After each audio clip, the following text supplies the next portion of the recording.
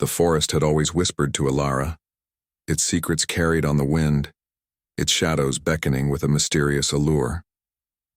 But on that fateful day, when she found the massive dying wolf beneath the tangled branches, something shifted within her, a bond that would blur the lines between myth and reality, love and sacrifice.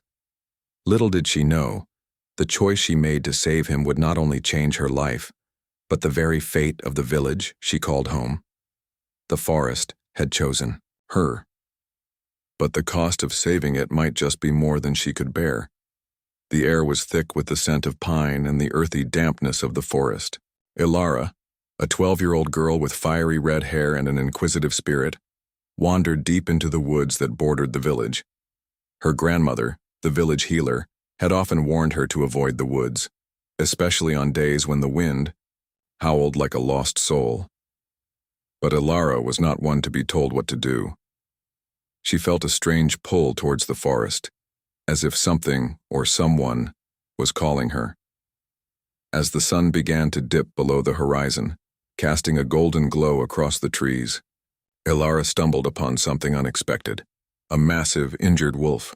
Its fur, once as silver as moonlight, was now matted with blood.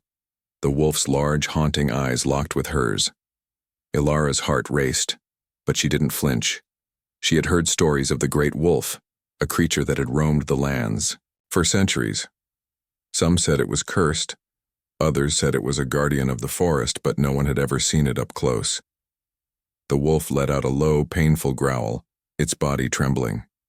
Despite its fearsome appearance, Ilara felt a deep, almost overwhelming, sense of compassion. Without a second thought, she knelt beside the creature, her small hands gently stroking its massive head. She spoke softly, her voice trembling. "I won't hurt you. Let me help." Ilara carefully examined the wolf's wounds. It was clear that the beast had been in a fierce fight. She took a deep breath, drawing on the herbal knowledge her grandmother had taught her. Using plants from her satchel, Ilara dressed the wounds, making sure to wrap them gently. The wolf's breathing began to slow and it closed its eyes, surrendering to the girl's touch. As night fell, Ilara remained by the wolf's side, not knowing what the future held, but somehow certain that this moment would change her life forever. The following days passed in a blur of whispered rumors and uneasy glances. The villagers spoke in hushed tones about the girl who had saved the great wolf. Some believed Ilara was blessed, while others feared she had drawn the attention of something dark and ancient. The wolf, once a myth, was now real, alive and healing, thanks to the girl's bravery. Weeks went by, and Ilara visited the forest every day. Slowly the wolf grew stronger, though it never strayed far from the wood's edge. Ilara called him Kalen, a name that meant protector in an old language she had learned from her grandmother. With every visit, their bond deepened. The wolf began to trust her, and Ilara felt an inexplicable connection to the creature. She would bring him food, and he would accompany her on quiet walks through the forest, his enormous presence a silent comfort. But the villagers, unsettled by the growing closeness between the girl and the wolf, began to speak of strange happenings. Crops failed, livestock vanished, and an unsettling chill filled the air. Whispers of curses and omens spread like wildfire, and some even blamed Ilara for inviting the wrath of the forest spirits. One evening, as the moon hung heavy in the sky, Ilara stood at the edge of the forest, looking into the depths where Kalen often roamed. A voice, soft but clear, echoed in her mind. "The forest calls to you. You are destined to protect it, but darkness is coming. You must prepare." Startled, Ilara glanced around but saw no one. She wondered if it was a warning from the wolf or something else, something older, more powerful. Years passed, and Ilara grew into a young woman. The villagers had grown accustomed to the presence of the massive wolf, though they still kept their distance, eyes filled with suspicion. Ilara, now 16, had become a figure of mystery. Some saw her as a healer like her grandmother, while others viewed her as a harbinger of doom. One night, the village was awakened by a series of loud howls. The wolves had gathered in the distance, a chorus of voices rising in unison, more ominous than ever before. Ilara's heart pounded as she ran to the woods, knowing that something terrible was unfolding. As she entered the forest, the sight that met her took her breath away. Kalen, her beloved wolf, stood at the center of a clearing, his massive form silhouetted against a blood-red sky. But he was not alone. Surrounding him were other wolves, their eyes glowing with an unnatural light, their growls laced with malice. They were no longer the protectors of the forest. Something had changed. Kalen turned to Ilara, his eyes filled with sorrow and a strange knowing. Before she could speak, the ground trembled beneath her feet, and a deep, guttural voice echoed from the shadows of the trees. She is the one. The time has come.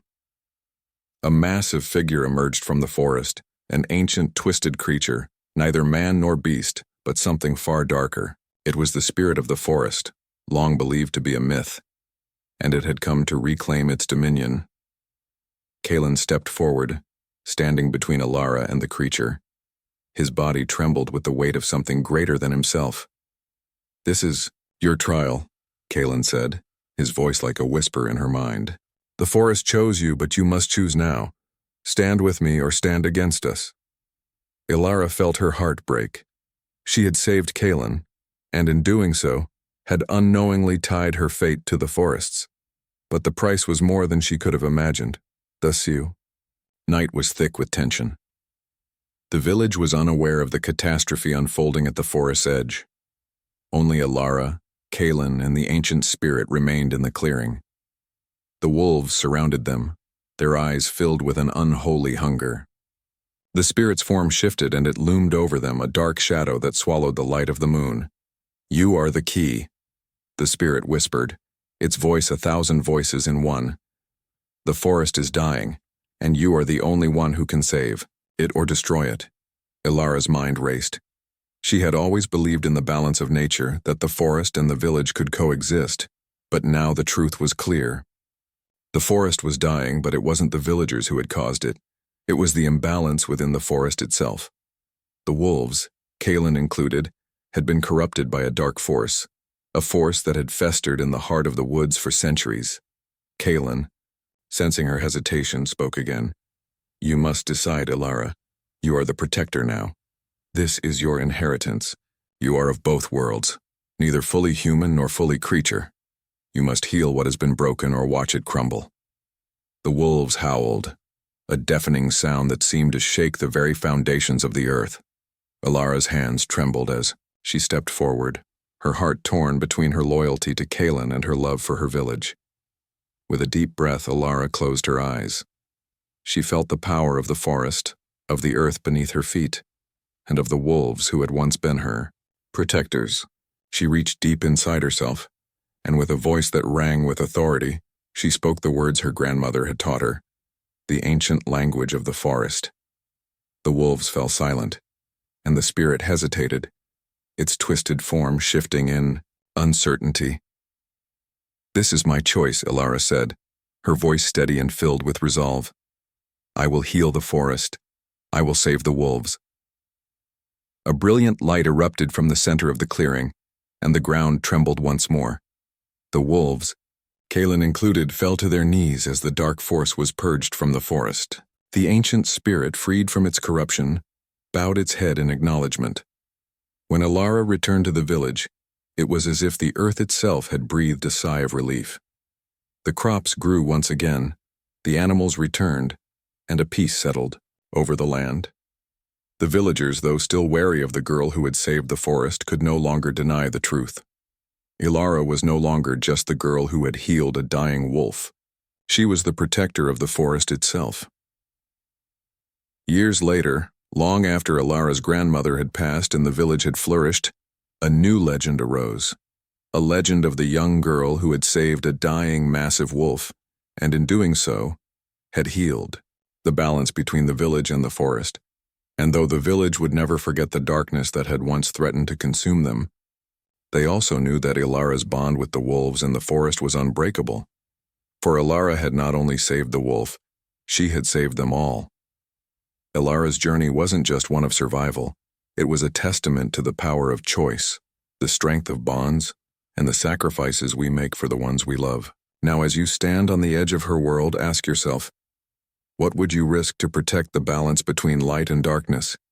If you found yourself swept into the wild heart of the forest alongside Alara, if you felt the weight of her choices and the pulse of her bond with the wolf, then share this story with others. Let it remind us all that sometimes the greatest forces in life are the ones we least expect, the ones that require us to listen, to understand, and to act when the world needs us most. The forest is waiting. Are you ready to hear its call?